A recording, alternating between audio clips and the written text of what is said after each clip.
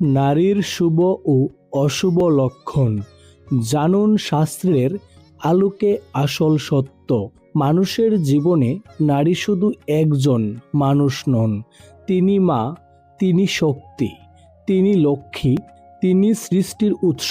একটি পরিবারের পরিবেশ, শান্তি, আনন্দ অনেকটাই নির্ভর করে তার মানসিকতা ও আচরণের উপর।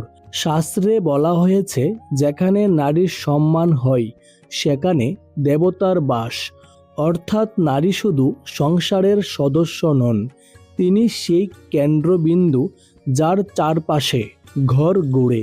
কিন্তু একই সাথে প্রাচীন শাস্ত্রে নারীর কিছু শুভ ও অশুভ লক্ষণের কথাও উল্লেখ আছে। আজ আমরা জানব এই লক্ষণগুলো আসলে কি, এগুলো কি কেবল কুসংস্কার, নাকি এর পেছনে রয়েছে গভীর মানসিক ও আধ্যাত্মিক সত্য। প্রথমে কথা বলি নারীর শুভ লক্ষণ নিয়ে। নম্বর 1, ভোরে ওঠার অভ্যাস। যে নারী সূর্য উদয়ের আগে জেগে উঠেন, ঘর গুছিয়ে নেন, স্নান, প্রার্থনা করেন, শাস্ত্রে তাকে গৃহলক্ষ্মী বলা হয়েছে। কারণ সকালবেলা পরিবেশ থাকে এক ধরনের পবিত্র ও নির্মম শক্তি। যখন একজন নারী দিন শুরু করেন শৃঙ্খলা ও ভক্তি দিয়ে, তখন তার সেই ইতিবাচক মনোভাব ধীরে ধীরে পুরো পরিবারের মধ্যে ছড়িয়ে পড়ে। সকালের শান্ত সময় একজন মানুষকে স্থির ও ধৈর্যশীল করে তোলে। নম্বর 2, বড়দের সম্মান করা। যে নারী বড়দের সম্মান করেন, তাদের আশীর্বাদ নেন, তার জীবনে স্থায়ী সৌভাগ্য আসে। কারণ আশীর্বাদ শুধু একটি শব্দ নয়, এটি এক অদৃশ্য শক্তি। যেখানে সম্মান থাকে সেখানে অহংকার থাকে না, আর যেখানে অহংকার নেই সেখানে সম্পর্ক টিকে যায় দীর্ঘদিন। নম্বর 3, মিষ্টিভাষী স্বভাব। কঠিন পরিস্থিতিতেও যে নারী শান্ত ও নম্র ভাষায় কথা বলেন, তিনি সংসারের অশান্তি অনেকটাই কমিয়ে দিতে পারেন। একটি কঠিন কথা যেমন সম্পর্ক ভেঙে দিতে পারে, তেমনি একটি কোমল বাক্য ভাঙ্গা মন জড়িয়ে দিতে পারে। মিষ্টি ভাষা দুর্বলতা নয়, এটি এক বিশাল শক্তি। নম্বর 4, স্বামী ও পরিবারের প্রতি আন্তরিকতা। নিঃস্বার্থ ভালোবাসা একটি ঘরকে স্বর্গ বানাতে পারে। যে নারী নিজের দায়িত্ব, ভালোবাসা পালন করেন, অভিযোগের বদলে সমর্থন দেন, তিনি পরিবারকে এক সুতোয় বেঁধে রাখেন। তার উপস্থিতিতে সবাই নিরাপত্তা অনুভব করেন। নম্বর 5, পরোপকারী মন। যে নারী অন্যের কষ্টে ব্যথিত হন, সাহায্যের হাত বাড়িয়ে দেন, তার হৃদয় পবিত্র থাকে। পবিত্র হৃদয়ে ঈশ্বরের কৃপা সহজে বাস করে। দান বা সহানুভূতি শুধু অন্যকে নয়, নিজেকেও সমৃদ্ধ করে। এবার আসি নারীর অশুভ লক্ষণের দিকে।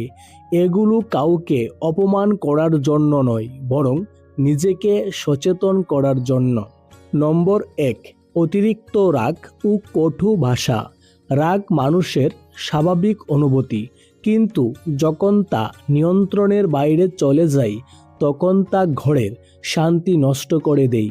কটু কথা ক্ষতের মতো দেখা যায় না, কিন্তু দীর্ঘদিন ব্যথা দেয়। এমন পরিবেশে ভালোবাসা টিকতে পারে না। নম্বর 2, পরনিন্দা। অন্যের সমালোচনা করতে ভালো লাগা বা গুজব ছড়ানো, এটি ধীরে ধীরে সংসারের ইতিবাচক শক্তি কমিয়ে দেয়। যে মন সবসময় অন্যের ত্রুটি খুঁজে, সে কখনো নিজের উন্নতির দিকে মন দেয় না। নম্বর 3, অহংকার। নিজেকে সাগর উপরে ভাবা সম্পর্কের দূরত্ব তৈরি করে। অহংকার মানুষের চোখে পর্দা ফেলে দেয়, সে নিজের ভুল দেখতে পায় না। অবশেষেই মনোভাব তাকে একা করে দেয়। নম্বর 4, অলসতা। অতিরিক্ত অলসতা শুধু কাজের ক্ষতি করে না, এটি মানসিক স্থিরতাও আনে। যে ঘরে উদ্যম নেই সেখানে আনন্দও ধীরে ধীরে কমে যায়। পরিশ্রম ও যত্ন ছাড়া কোনো সম্পর্ক টেকে না। নম্বর 5, কৃতজ্ঞতার অভাব। যে নারী কখনো সন্তুষ্ট নন, সবসময় অভিযোগ করেন, তার জীবনে শান্তি স্থায়ী হয় না। কৃতজ্ঞতা মানুষকে ভেতর থেকে সমৃদ্ধ করে। অসন্তুষ্ট মন সবসময় অশান্ত থাকে। এখন প্রশ্ন, আসল সত্য কি? শুভ ও অশুভ কোনো বাহ্যিক সৌন্দর্য বা জন্মগত বৈশিষ্ট্য নয়, এটি সম্পূর্ণ চরিত্র, চিন্তা ও আচরণের উপর নির্ভর করে। মনুস্মৃতিতে বলা হয়েছে, যেখানে নারী সুখে থাকেন সেখানে দেবতার কৃপা বিরাজ করে। আর ভগবদ্গীতা আমাদের শেখায়, মানুষের গুণই তার আসল পরিচয়। অর্থাৎ একজন নারী জন্মগতভাবে শুভ বা অশুভ নন, তার প্রতিদিনের সিদ্ধান্ত, কথা বলা, এই সবই ধীরে ধীরে তার চারপাশের পরিবেশ গড়ে তোলে। শেষ কথা, নারী মানেই শক্তি।